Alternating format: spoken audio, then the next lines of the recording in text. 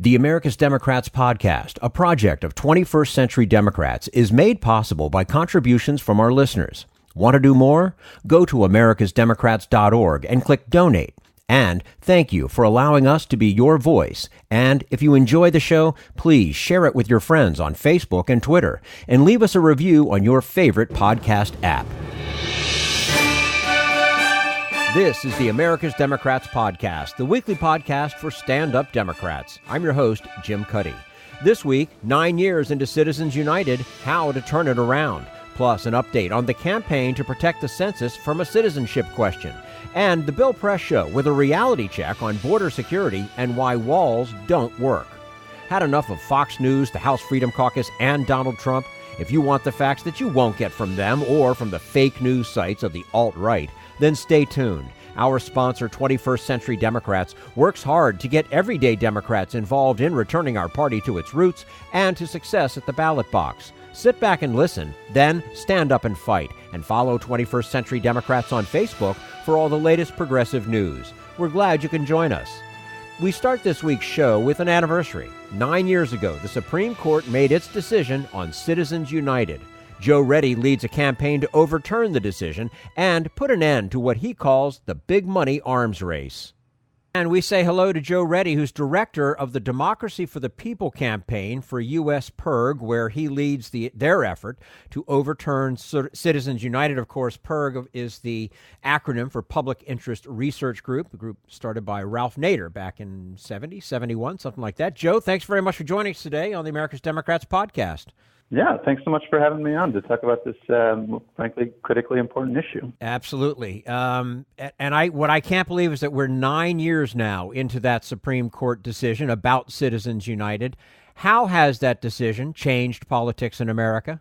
Yeah, I mean, unfortunately, it certainly changed politics in America for the worse. And I think the biggest way is that regular people now have even less agency in our democracy. I mean, wealthy donors and corporations have always had outside influence, but misguided jurisprudence like the Citizens United decision really opened up the floodgates for mega donors and corporate spending in our elections. And when corporations and mega donors can spend unlimited outside money, it creates an immediate sort of big money arms race. So in the last 9 years, we've seen political spending skyrocket in races, and so running for office has never been more expensive. And yeah, as a result, if a candidate isn't either independently wealthy or doesn't have access to big money, they need to court contributions from mega donors and corporate interests in order to even be competitive. So what this means is, I think there's a very small number of people who have outsized massive influence on not only who can run for office, but also often what issues they decide to run on. And so that is fundamentally, it's not how our democracy is supposed to work. Our democracy is founded on the principle of one person, one vote, and everybody has an equal voice. And we've just gotten so much further away from that. Yeah, oh, absolutely. Yeah, it's in fact, it's ridiculous in my opinion. Taking a look at our most recent election, 2018, where did you see the influence of Citizens United? Yeah, it's a good topic to bring up. And actually, at US PIRG, we're looking and doing some research into exactly what some of the political spending trends, what we saw in the 2018 elections. Now, that report's not done, but I think my biggest takeaway so far is that 2018 was a year where we saw a pretty significant increase in the number of small donors participating in our elections, which is great.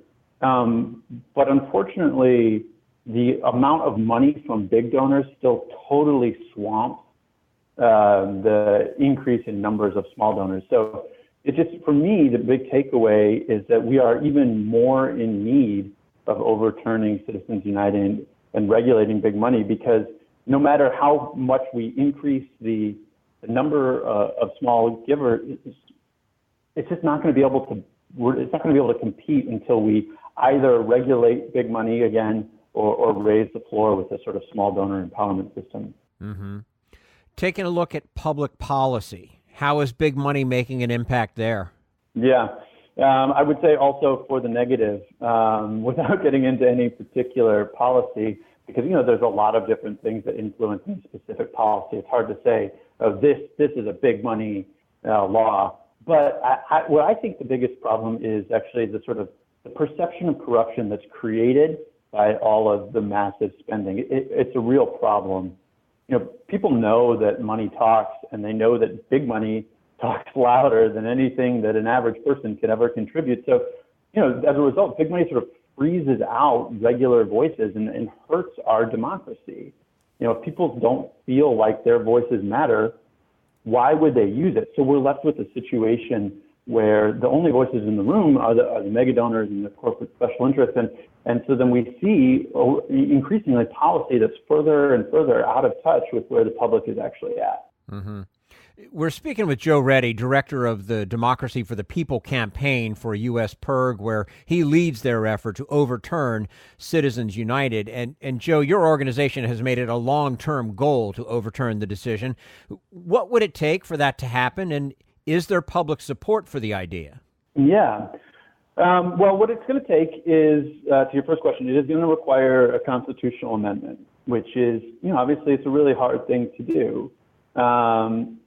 And I think in many ways we've actually sort of made it harder on ourselves because for too long we sort of waited and hoped for the courts to take care of it. But not only is that highly unlikely to happen, in my opinion, it's the wrong way to fix our democracy. We should use our tools of democracy to fix our democracy and actually legislate. And so to that end, the good news is that there is overwhelming public support in support of overturning Citizens United. I mean, recent polling shows that 81% of all people, 75% of Republicans, 87% of Democrats support overturning the Citizens United decision. And that sort of overwhelming support is reflected in sort of steps that states and communities have taken. So, 19 states have passed resolutions in favor of overturning Citizens United. Over 750 cities have done the same. So the good news is that the public is broadly in favor of taking this critically important action. But we're going to need organizing from the ground up to make it happen. So we need to go from a place where people don't just generally support the idea, but that taking action is so important to them that they wouldn't vote for a person who doesn't support taking action on overturning Citizens United. That people wouldn't accept lip service on the issue and will hold their politicians accountable to actually doing something. And so that's what it's going to take. And to get there, I mean, that's a lot of hard organizing work, but that's what we need to do. We need to raise the profile, not just of the problem of big money. I think most people are familiar with it, but almost more importantly about the solution and the fact that there is something we can do. And it's interesting in asking you that question and hearing your answer about it. So there's public support, there's bipartisan support. Is this because, from a public standpoint, perhaps that maybe people didn't realize what Citizens United was, and now all of a sudden they're starting to get it, and now it's like, hey, wait a minute, we got to put a hold on this? Are you getting that feeling at all? I mean, I certainly think it's a little bit of that, right? Like, obviously, those of us who, follow politics or work closely in politics, we pay attention to, every Supreme Court decision and what it means and, parse all the sort of the jargon. And obviously, that's important for us. But for most people, that's not where they're at. That's not what they want to spend their time doing.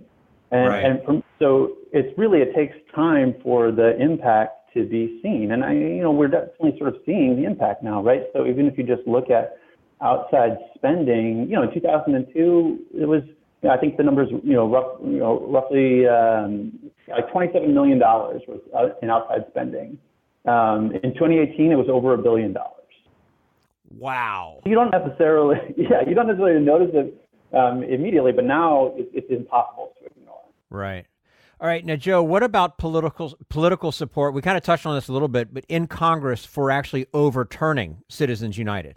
Yeah, exactly. So, unfortunately, the reality is, as is too often the case, what's happening in Congress doesn't really reflect where the public is at. again, we've got overwhelming political support for overturning Citizens United. And if our democracy was functioning as it should be, it would be fairly easy to pass an amendment, right?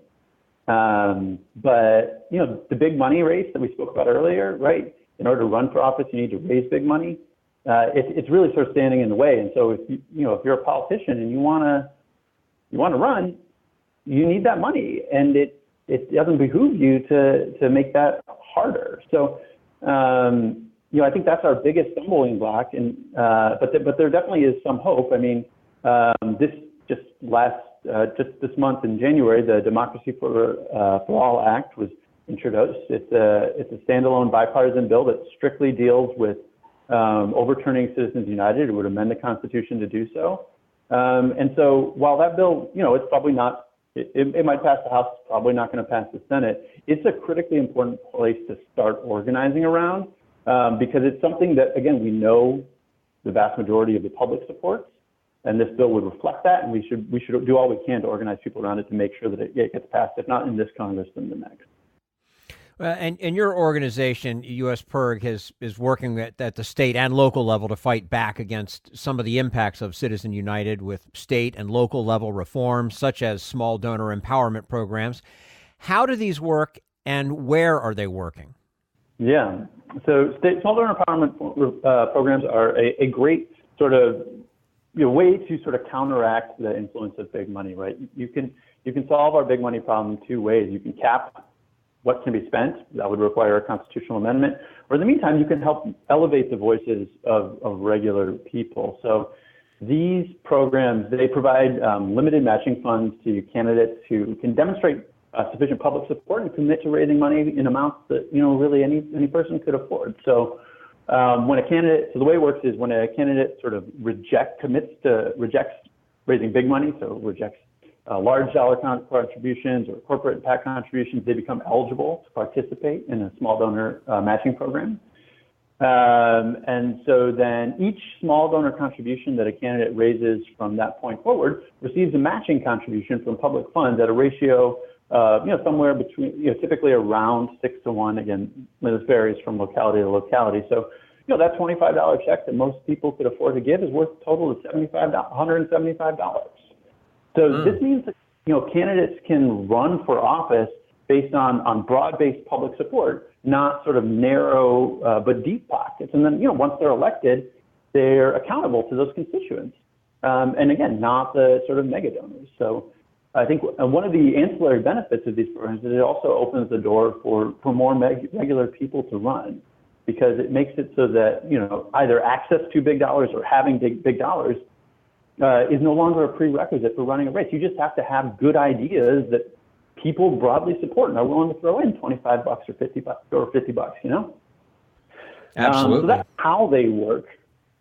Where they work, I think our biggest example is actually here in New York City. New York City has been using a small donor matching system, small donor empowerment system like this since the 90s. In Montgomery County, we actually in 2008 just completed our first election using a small donor empowerment program, and you can actually we'll be issuing a report on the results of that race, later this year. So something to look forward to.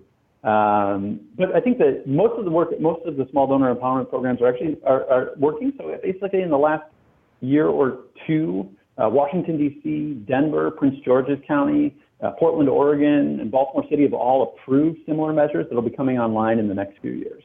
Short of overturning Citizens United, Joe, what are some of the other reform efforts that our listeners can support to counteract the influence of big money in politics? Yeah, that's a great question, right? So, again, to counteract the influence of big money in politics, right now, our only option is really, our best option is to get more small money involved. Again, it won't solve all of our problems, but there are a bunch of different ways that we can help do that. So the first, as we just talked about, I would say is small donor empowerment systems. One of the cool things about those sorts of systems is they really sort of create a pool of elected officials who have come to power, who have learned how to run races without relying on big money. And the more we have that across the country, the more likely we are to be able to see these reforms sort of trickle up, right? People start on a city council race, and then they run for state office, and they run for, for Congress. So getting these systems in place is a big step forward there. I think other programs that would help to get more small dollars involved and make them more valuable in our politics would be things like a small donor tax credit. These exist in Oregon, and they have existed in a bunch of other places. They provide a refundable tax credit for people contributing to politicians of their choice.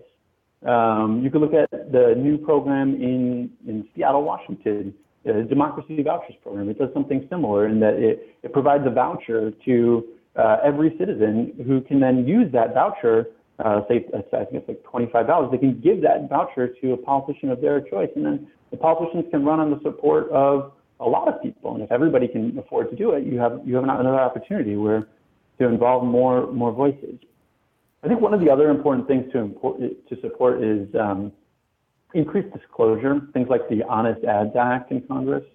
Again, disclosure doesn't actually, it doesn't change the amount of money in our political system, but it does help.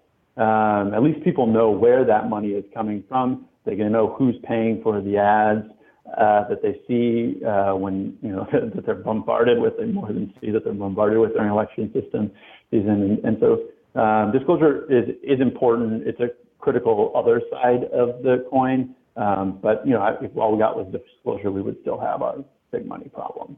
Mm-hmm. Yeah, but I think that would certainly help. I think that's a very good point to bring up. Joe Reddy, director of the Democracy for the People Campaign for U.S. PIRG, where he leads their effort to overturn Citizens United. Joe, appreciate your time with us today on the American Democrats podcast, and look forward to having you back again with us soon. Yeah, that'd be great. Thanks so much for having me on. I really appreciate it. You're quite welcome. And this is the America's Democrats podcast, the weekly podcast for stand-up Democrats.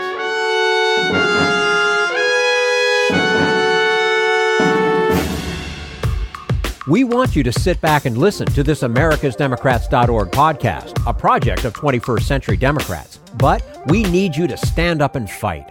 Do you want to get involved and help get our party back to its roots and to success at the ballot box? You can make your contribution to help us keep this show going and to elect Democrats who will stand up for democratic principles. Go to americasdemocrats.org and click on Donate at the top of the page. This Social Security measure, I believe that we must pass legislation to provide medical care. This is our tradition. When our grandparents came to America, it was the Democratic Party which said, welcome. It was the Democratic Party, the party of Roosevelt and Truman and Kennedy and others, who said that America belonged to all its people, not just a handful of the rich or a few giant corporations. That's why great leaders like FDR fought so hard for Social Security, and why JFK stood up to the insurance companies and their Republican allies to get Medicare. It's not just one thing, or one time, in one place. It's about a whole history of standing up to the Republicans and saying someone has to be on the side of regular working people in America, whether it's defending Social Security or just the way your loved ones are treated on the job. That's what the Democratic Party is all about. And that's why this message has been brought to you by the Democratic Party. Working people like you and me. Paid for by 21st Century Democrats. Not authorized by any candidate or candidates committee. This is the America's Democrats podcast, the weekly podcast for stand-up Democrats. Coming up next, how Donald Trump is trying to rig the census and why it matters. But first, we turn to Jim Hightower, America's #1 populist, for his common sense commentary. Time for a pop quiz on Trump's wall. Question 1. How much will it cost us? Trump and company says the price tag is $5.7 billion. But, psst. That only buys a starter wall of 230 miles, covering barely a tenth of our 2,000-mile Mexican border. The full barricade Trump wants will cost us at least $25 billion for something that isn't needed and won't work. Question 2. By shutting down the government of the United States in a petulant attempt to make Congress pony up his wall money, isn't he hurting families who come to tour the capital city, hoping to visit national monuments and museums, only to find them closed? Yes, but psst, there is one exception. The clock tower of the historic 1899 old post office building got a special reprieve to remain open to tourists throughout the presidential shutdown. Why? Because President shutdown is Donald Trump, and one of his luxury hotels is in that building. So closing the clock tower would be, well, bad for his business. Indeed, even the tower souvenir shop remains open so tourists can stock up on Trump chocolates, hoodies, and other merchandise. Question 3. Trump said that he's an expert on Mexican border issues because he's been there, quote, numerous times. But, psst, he's been there twice. Still, in January, the expert pointed to San Antonio as proof positive that walls work, asserting that San Antonio is now one of the safest cities thanks to its border wall. Psst, again, San Antonio is 150 miles from the Mexican border, so it has no wall. Just in case, though, some sassy San Antonians have organized a search party and are demanding to know where it is and who paid for it. This is Jim Hightower saying it's time to move Trump to his Mar-a-Lago golf resort in Florida and build a big, beautiful wall around him. Need an antidote to the progressive blues? Want some good news about how grassroots folks are rebelling against the corporate powers and winning? Well, here's an easy-to-swallow pill for you, the Hightower Lowdown. Hightower's monthly newsletter will give you the lowdown, even as it lifts you up. It's 4 pages a month, jam-packed with facts you can use, actions you can take, and Jim's own Texas humor, all for only $15 a year. To become a lowdowner, go to hightowerlowdown.org. This is the America's Democrats podcast, the weekly podcast for stand-up Democrats. The president remains intent on adding a citizenship question to the 2020 census. The ACLU sued the administration to stop this plan. Our next guest explains why his organization made that move and how his organization will continue to fight back. And we say hello to Dale Ho, who's director of the Voting Rights Project at the ACLU. Dale, thank you so much for joining us today on the America's Democrats podcast. Hi, thanks a lot for having me.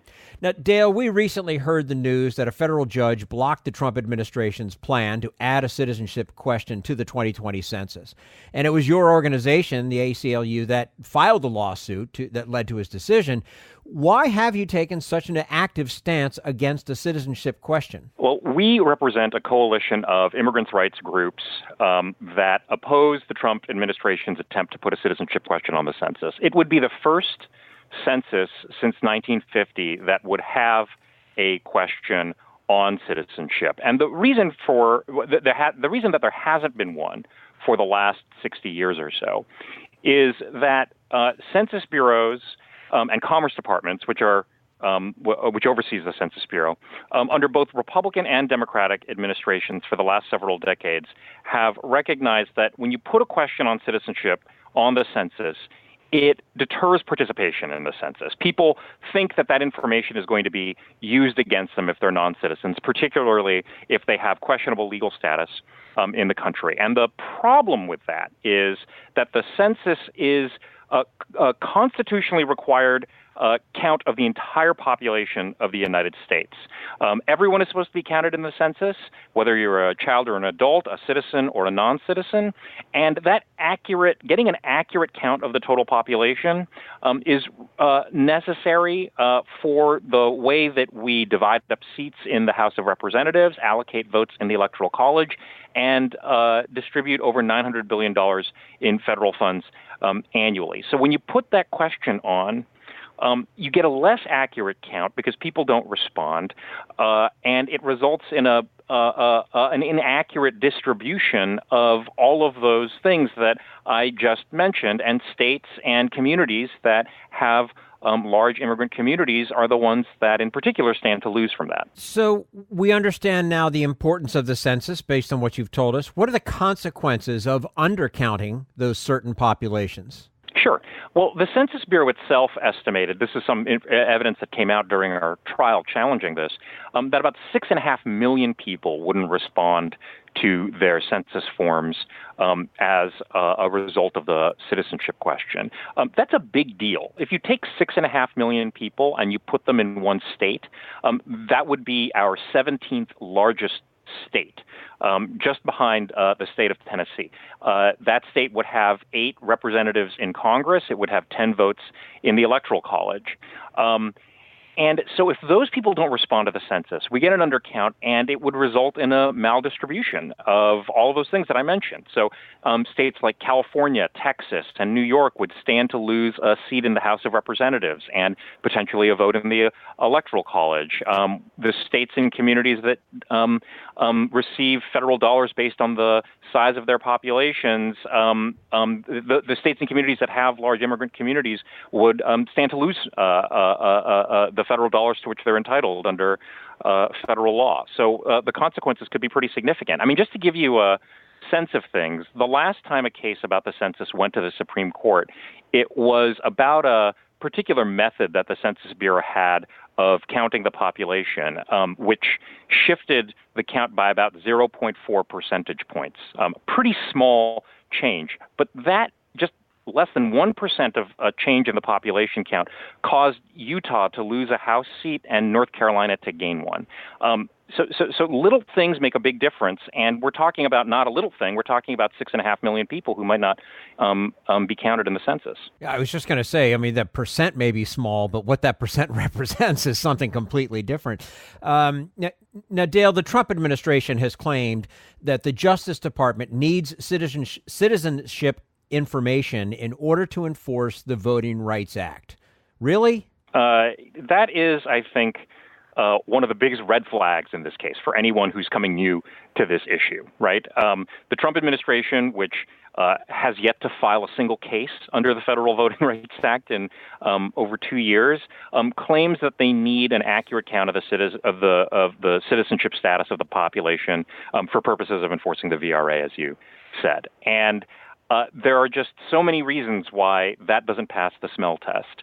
The first is that the Voting Rights Act has existed for over 50 years without a citizenship question on the census, without a full count of citizenship, and it's never hampered the Department of Justice's efforts to enforce Voting Rights Act protections in the past.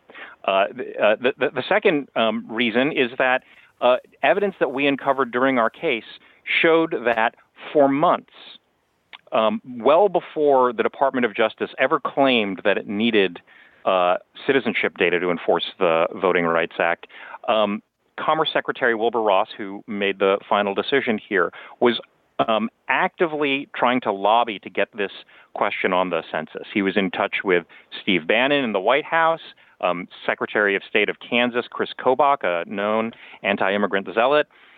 And 7 months before the Department of Justice ever said we could use citizenship information, he was writing angry emails to his staff saying, I am mystified, that's his language, why we haven't already added a citizenship question to the census. So he was hell-bent and intent on doing this long before this Voting Rights Act explanation was ever concocted. And then the third piece of information, which I think really disproves this justification, is that after the Department of Justice said, hey, give us better citizenship information, the Census Bureau wrote back to the Department of Justice and said, we can get you better citizenship information using data from the Social Security Administration, the Department of Homeland Security, and other federal and state administrative records. That information would be better than the data that you would get from putting a citizenship question on the census, because we know a lot of people aren't going to answer it, and that a lot of people are going to answer it incorrectly, whereas this other information is highly accurate because it's based on people's legal documents. Let's meet and let's talk about that. And what we learned during the course of our case was that Attorney General Jeff Sessions personally directed the Department of Justice staff not to meet with the Census Bureau. So it really sort of, boggles the imagination. If DOJ really needed better citizenship information, why they wouldn't just meet with the Census Bureau to learn about how to get the best possible citizenship information. The evidence, I think, revealed that it was ultimately a sham. It was a lie concocted by this administration to get what they wanted, which was to put a question on citizenship to scare people from participating in the census. I'm shocked. We're speaking with Dale Ho, Director of Voting Rights Project at the ACLU, and we're talking about the Trump administration's plans to add the citizenship question to the 2020 census. Dale, with so much evidence pointing to the potential harm of a citizenship question, how are we to understand the president's intent to pursue it anyway? Well, I think what the president has made clear repeatedly, first when he was a candidate and after he became president, in public pronouncements and in the policies of this administration, is that this administration is hell-bent on attacking immigrant communities and reducing the number of immigrants in this country. Right? I don't think it's a stretch. I don't think it's hard. I don't think I have to go run through the litany of evidence, whether it's the rescission of DACA, talk about the wall, the Muslim ban, the ban on asylum, the ban on temporary protected status for people from countries like Haiti. I mean, it's pretty much the most aggressively anti-immigrant administration that we've seen in at least half a century, and so it's entirely consistent. Putting this question on citizenship on the census, which is going to drain resources and representation from communities with larger numbers of immigrants, it's entirely consistent with the stated goals and other policies of this administration. What it's not consistent with is enforcing the Voting Rights Act. Right? There's absolutely no evidence. There's absolutely no evidence that that's an interest of this administration or that this question would enhance that work in any way. Now, this decision, Dale, by the federal judge who blocked the Trump administration's plans, it's a setback for the president, but it's not the end of the story. What's the next step for the Trump administration? That's right. It was, I think, as you put it, a major setback for the administration. It's a very careful opinion, 277 pages, which is an opinion of unusual length that really walks through the details of the evidence here.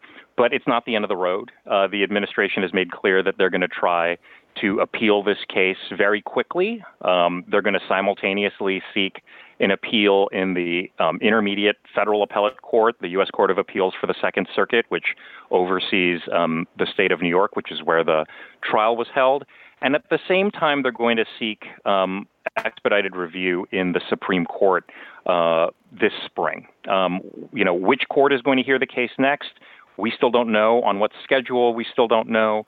The Census Bureau says that it would like to have an answer to this question by June 30th, and I expect that courts will be accommodating of that representation from the Census Bureau. So I think it's reasonable to expect that we're going to get an appeal in this case heard in the coming months, probably by April, but we're not quite sure yet. Mm-hmm. And in turn, how will the ACLU continue to fight the fight?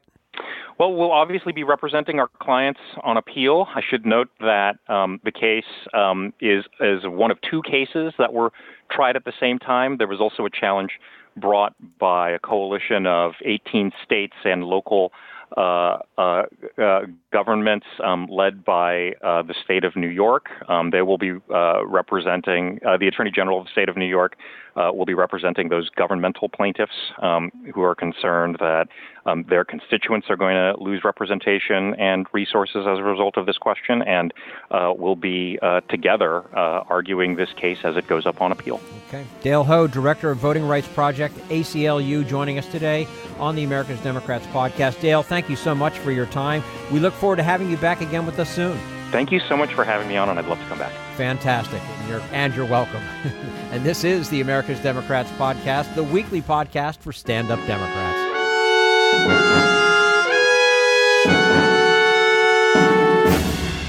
We want you to sit back and listen, but we need you to stand up and fight.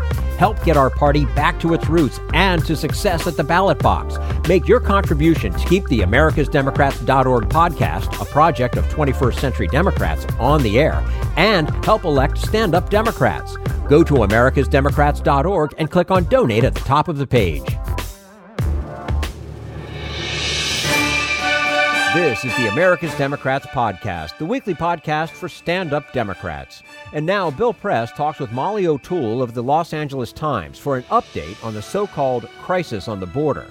Welcome to the program. With lots to talk about. We're happy to be joined, particularly on the border issues, from our good friend Molly O'Toole, who used to be with Defense One, right? Defense One and Foreign Policy. I've had a long tenure with the Bill Press Show. And now here wearing her new hat with the Los Angeles Times, sort of, as she said, my hometown newspaper for many years at any rate. It's good to know the LA Times is still strong and kicking and thriving. Yeah. Yeah, and but you're here in Washington, but boy, big days in California with new governor, a whole new leadership, statewide. Absolutely, yeah. There's a lot going on in California, and then back in Washington, the California delegation clearly already making its power play very clear. Yeah, and with some striking new members, particularly from Orange County, where the biggest election news of the night, Democrats taking the House, thanks to, in part, to picking up all 7 seats in Orange County, of all places. Right. Yeah, so it's really changed the political map of California. Absolutely. Right. Shutdown and border security. Don, I'd like to talk to you. What's the situation today at the border? How bad is it? Well, I think the most important thing to keep in mind is sort of the 10,000-foot view, or more of a historical perspective here. Routinely from the sort of late 80s into the early aughts, we had more than 1 million apprehensions. So U.S. officials apprehending migrants at or crossing the border. Apprehension is sort of the best measure we have for illegal immigration. So routinely each year, over 1 million people. The most complete last fiscal year, 500,000. So you need to keep that in mind when there's a lot of talk about this crisis at the border. Now, what is happening is the people who are coming, the demographics of that population have shifted. It's no longer sort of single adult Mexican males. We're talking about Central American families and unaccompanied minors. And that population is much more difficult. Essentially, the U.S. system, which was designed in the 90s, it's not designed for that population. And so while overall it's designed for low. Men who are coming here to look for jobs. Essentially single adult men. And now we have Central American families and minors, many of whom are seeking asylum. This is a totally different population, a different situation. We still have to keep in mind that historically, overall, immigration is way down. So that's what's going on at the border. I mean, I've seen 40-year low, 45-year low, 50-year low, I think the New York Times said last week. Right. Fiscal 2017 in particular, so the first fiscal year in which Trump took office, was essentially a 50-year low. Now, it has come back up since then, some of the immigration numbers, but that's relative to a 50-year low. So those numbers in total, if you compare them against sort of the historical trends, are still very low because they're being sort of compared. While it might be an uptick, we're comparing it to a 50-year low, which was that first year that Donald Trump was in office. So is it fair in any way to say that there is a humanitarian and national security crisis at the border? National security, certainly not. I mean, we had, and I think we can see that, we had weeks in which Homeland Security Secretary Kirstjen Nielsen and other officials were trying to suggest that there were terrorists coming across the U.S. border. You know, we had a lot of conflation of numbers. Was it 3,000? Was it a couple hundred? Were they on the terrorist watch list? Or did they just so happen to be from countries that have terrorism, which also, by the way, produce refugees and asylum seekers?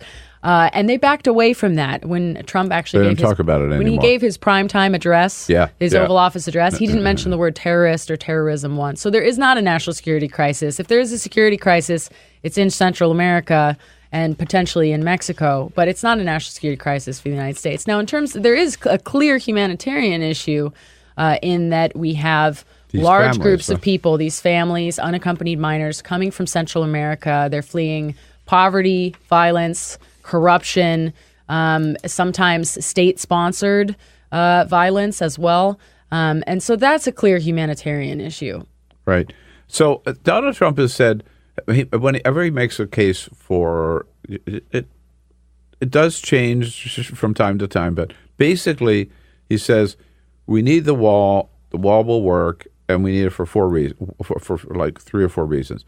One is, and we talked about one of them, that thousands of people are pouring across the border every single day. Not true. No. Right. No, especially in terms of, if you think for this population, if people are coming across between ports of entry, and many people are going to ports of entry but are being prevented from crossing. So let's say they're crossing in between ports of entry. They're turning themselves in immediately to border authorities in order to claim asylum. So there aren't thousands of people trying to evade or overrun U.S. authorities every day. They're actually turning themselves in. All right, that's number one. Number two, and he came up with a slogan: "Build the wall, and crime will fall." That people coming across, criminals, rapists coming into this country, and most of them just can't wait to kill somebody. It's really important to note that many studies have shown that actually among immigrants, crime rates are in fact lower, and then also some of the safest cities in America are on the U.S.-Mexico border, and safest in terms of crime rates, homicide rates, et cetera. So it's really hard to make the claim that build the wall, crime will fall. Yeah. When you have some of the safest cities in America that would essentially be divided or be behind that wall. Right. Peter, we should throw that out there. People, I'd like to see people come up with other bumper stickers, Sure, right, to counter the build a wall and crime will fall. I don't know. Hit us up on Twitter at BP Show. We'll read some. Dump the Trump and get the rest have to work on that. It's a good start. We're workshopping it. I like it. Got to work on your bumper stickers. Yeah. Right. Then he also says that if we, that's that too, crime. Number 3, related.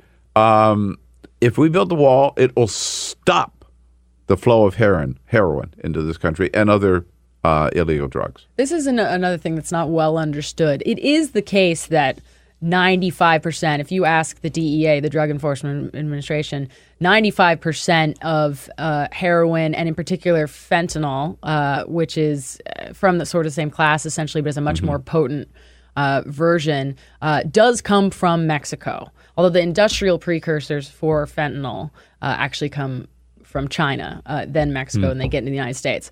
But the wall would have no real function in stopping these drugs because they come through ports of entry. They are smuggled through official ports of entry. So building the wall would essentially do nothing to stop heroin specifically, which is responsible for most of the deaths in the United States at the moment. Now, occasionally you will have the very creative cartel person who will essentially construct a trebuchet to fling marijuana over the border barrier. There have been some pretty comical ways in which they've tried to get marijuana across, but it's much bigger, it's much bulkier, and so it's much, much smaller in terms of actual profit for the cartels. Heroin and in particular fentanyl can be smuggled in tiny portions essentially that go very, very far in terms of supply.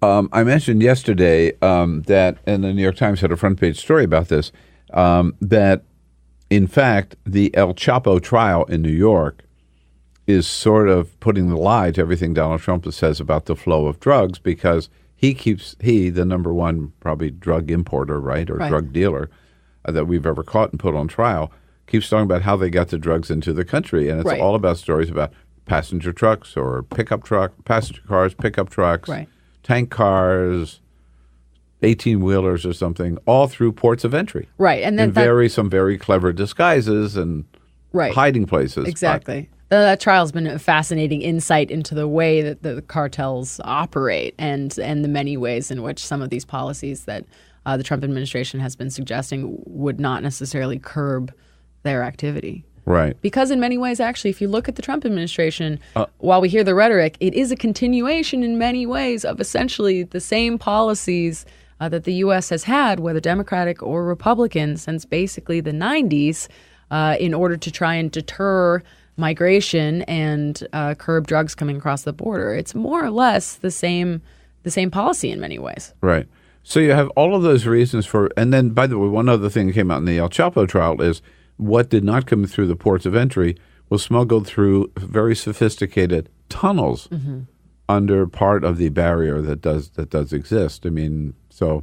Then we had an extremely large. There were reports of a very large group. I think it was more than 300 Central American migrants that actually just tunneled themselves under the wall and then turned themselves in for asylum. I think it was either last week or the week before. So it was amid a shutdown over border security and demands for $5.7 billion for a wall. You've got a group of 300 people who basically just dug under the barrier in Arizona and then turned themselves in for asylum. So that's another potential point of evidence against whether or not the wall would work. So the wall would most likely, I believe, never be built anyhow.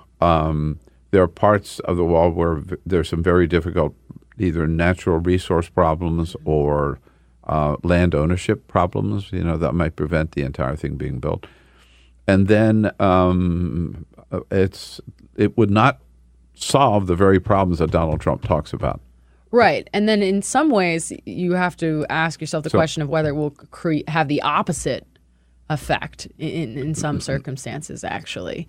And the least, if you look at the whole entirety of the border, which, of course, even border officials themselves would say we can't and we shouldn't necessarily try and construct a barrier across all 1,900 miles, the least fenced is Texas. And the reason, mostly, are land ownership issues, as you suggested. So the most fenced is in California and in Arizona.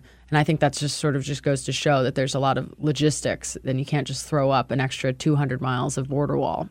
One story that didn't get, I think, as much attention as it deserved over the weekend or late last week, a federal judge in Arizona sentenced 4 women to jail for leaving jugs of water in the desert. Is this a federal crime? I haven't looked at the decision, but I did see that case, and it's a really interesting case. I mean, for some time, there's sort of been these rhetorical, sort of exchanges between border officials and then some of these groups that operate primarily in Arizona. Right. But it also sort of highlights... They're not smuggling people in, right? Exactly. No, they drop water... Mostly church groups who put... They drop water for these really rugged areas that actually the border barrier is designed to funnel people into. They're trying to design people into the more rugged, remote areas because the thinking is then they won't cross, then it'll be a deterrent. Clearly it isn't. People have continued to do so. Right. But it also highlights the sort of contradiction in Border Patrol's role itself, because they're actually humanitarian beacons. They're these massive beacons that you can see from dozens of miles away, and they press a call button, a migrant, if they come across them and they're lost in the desert and they're wandering. It's this very rugged terrain. It gets very cold at night, very hot during the day. They go to these towers, they press the button, Border Patrol comes and gives them sort of emergency response, basically. So the Border Patrol has this very sort of contradictory role between emergency response, but also sort of frontline defense. They might be saving someone's life, this migrant who's wandering in the desert, but then they're also detaining them and potentially returning them. So it's to me, it also highlights the contradiction in Border Patrol's role. Increasingly, they're doing humanitarian rescues, emergency response. The one thing that seemed to really upset Donald Trump is about the walls when somebody called it medieval. He went on, I remember a couple of tweets about wheels and walls and everything.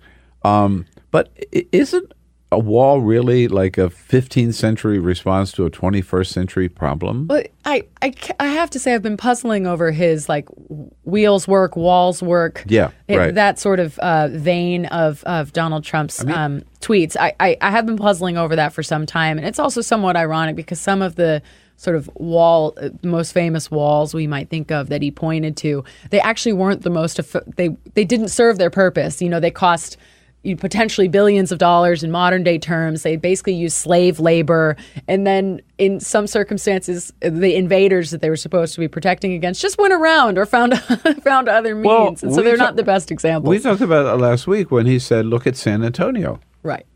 Well, Peter and I scratched our head. He lived in San Antonio. I was just there a couple of months ago. The only wall we know of in San Antonio is a wall around the Alamo. Hello. And also, it's not near the border. It's 150 miles from the border. Miles. Yeah, I'm wondering if he maybe got his Texas cities confused. I didn't see this, but somebody told me that the White House said, oh, no, he made a mistake. He meant San Diego. Well, San Diego doesn't have a wall. Well, San Diego, it's closer to, it's on the border. It's on the border, but there is a wall in San Isidro. Oh, you south of San Diego. Yeah, but the city of San Diego never built a wall, right? Right. I think people sort of tend to blur together San Diego and San Isidro, which, 10, 15 miles south. And there is fencing along San Diego. In fact, that was some of the first fencing that was put into place in the 90s in San Diego. But he was really talking about, I think that's giving him too much credit. He was talking about cities that have defended themselves by building a wall, right? Like Paris once had a wall. Yeah.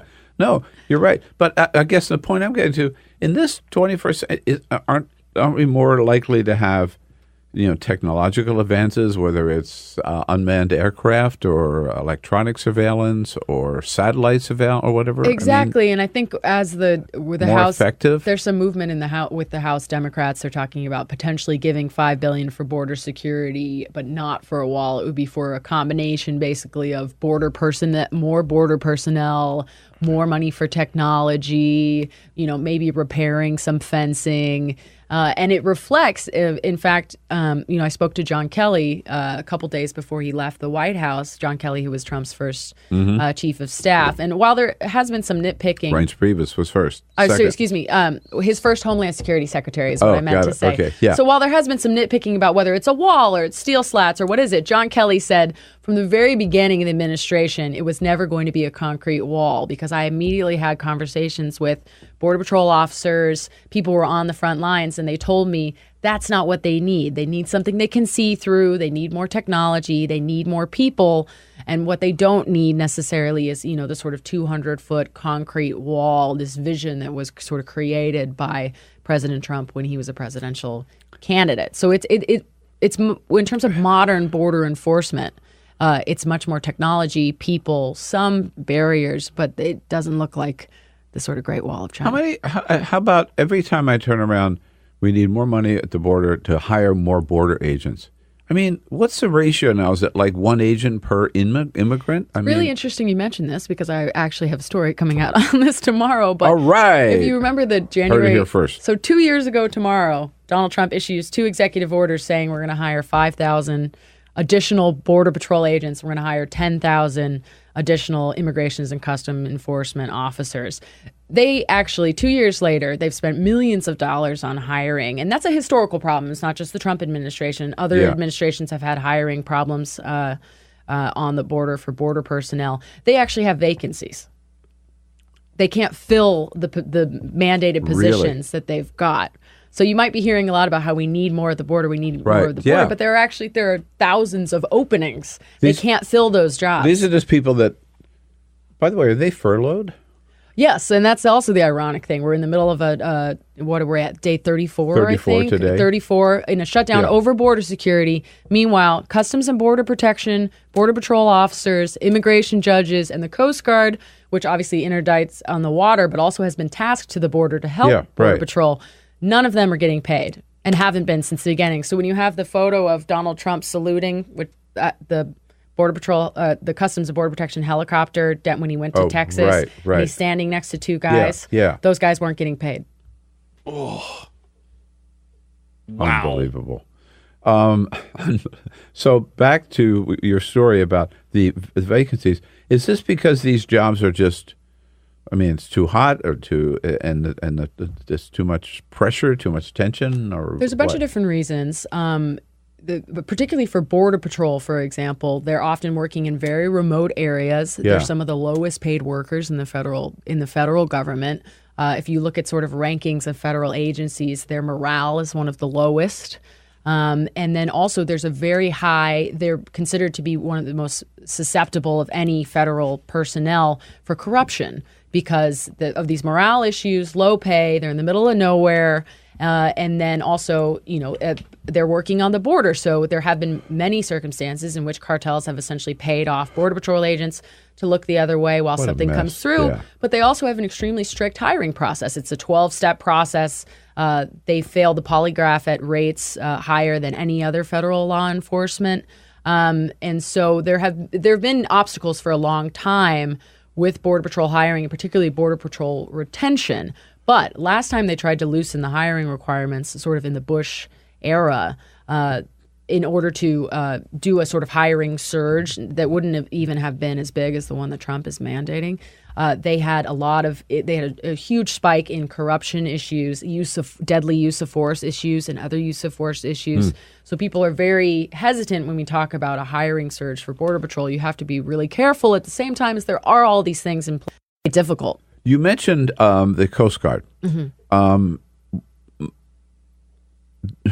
They play a vital role in stopping drugs from coming into the country, right? Absolutely, and also in migration. If you want to look at what the what the shutdown is supposed to be over. I mean, I get a release from the Coast Guard every day talking about we've interdicted this many people, this many migrants on the sea, but on the sea, but they stop both. They stop drugs, they stop illegal immigration. They play a huge role in this and are particularly impacted by the shutdown. I wanted to mention that because I'm sure you saw Karen Tumulty in the Washington Post yesterday had an excellent column about the Coast Guard not only first of all not getting paid, and they've got some 41,000 I think Coast Guard members and 8,000 or so employee civilians that work with them, and they're in a large part operating with, and they're still working and not getting paid. Only branch of the military that's not. They've got this very antiquated equipment. And so they had given Congressman Peter DeFazio from Oregon, head of the Oversight Committee now, a list of the things that they need and would like to really do a better job. It goes from new Coast Guard cutters to new helicopters to new stations on the coast, in both coasts in Central America, on and on and on. A lot of cybersecurity stuff as well. And the total for everything that they say would enable them to do the perfect job, which Donald Trump wants them to do, to stop the flow of drugs and people, total cost would be $2.7 billion, which is all of that, right, for basically a half of what Donald Trump is asking for the first installment of his wall. I think that's why we see that even conservative critics are concerned that so much oxygen has been sucked up by the $5.7 billion for the wall that other things that they want for border security or to curb illegal immigration, other things that they want, they're concerned that they're not going to get it because they've essentially fallen victim to this red line over the $5.7 billion for the wall. By the way, what would the wall cost?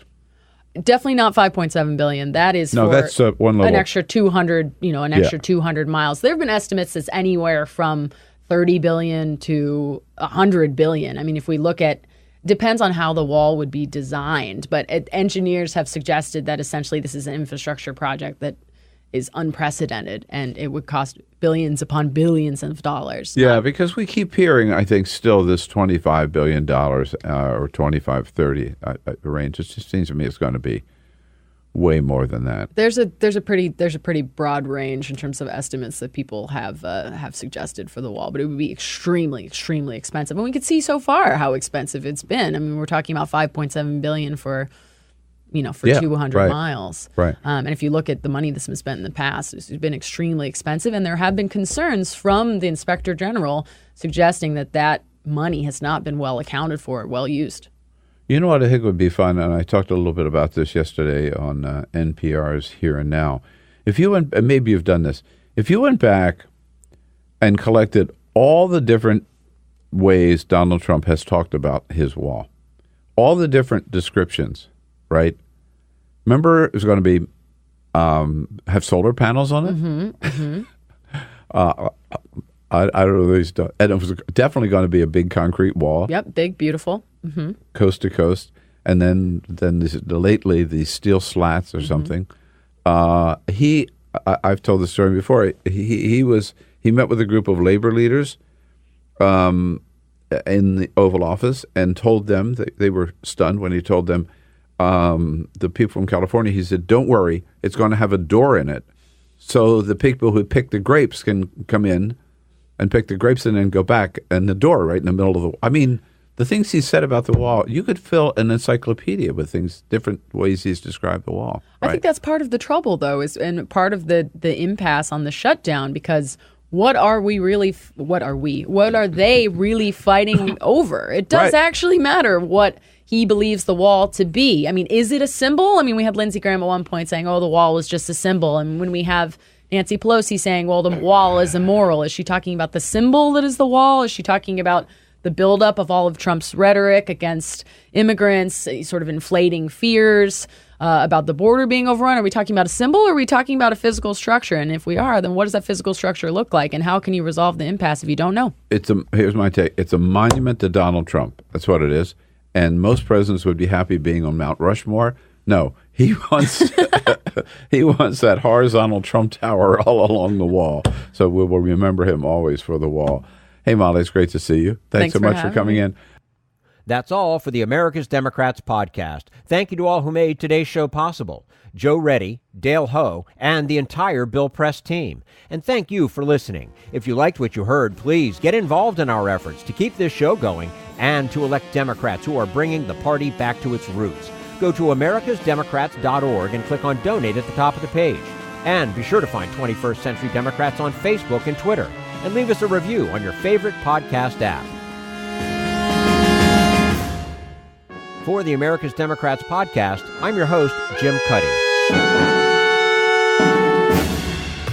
We want you to sit back and listen, but we need you to stand up and fight. Join us. Support the americasdemocrats.org podcast, a project of 21st Century Democrats, and help elect Democrats who will stand up for democratic principles with your contribution today.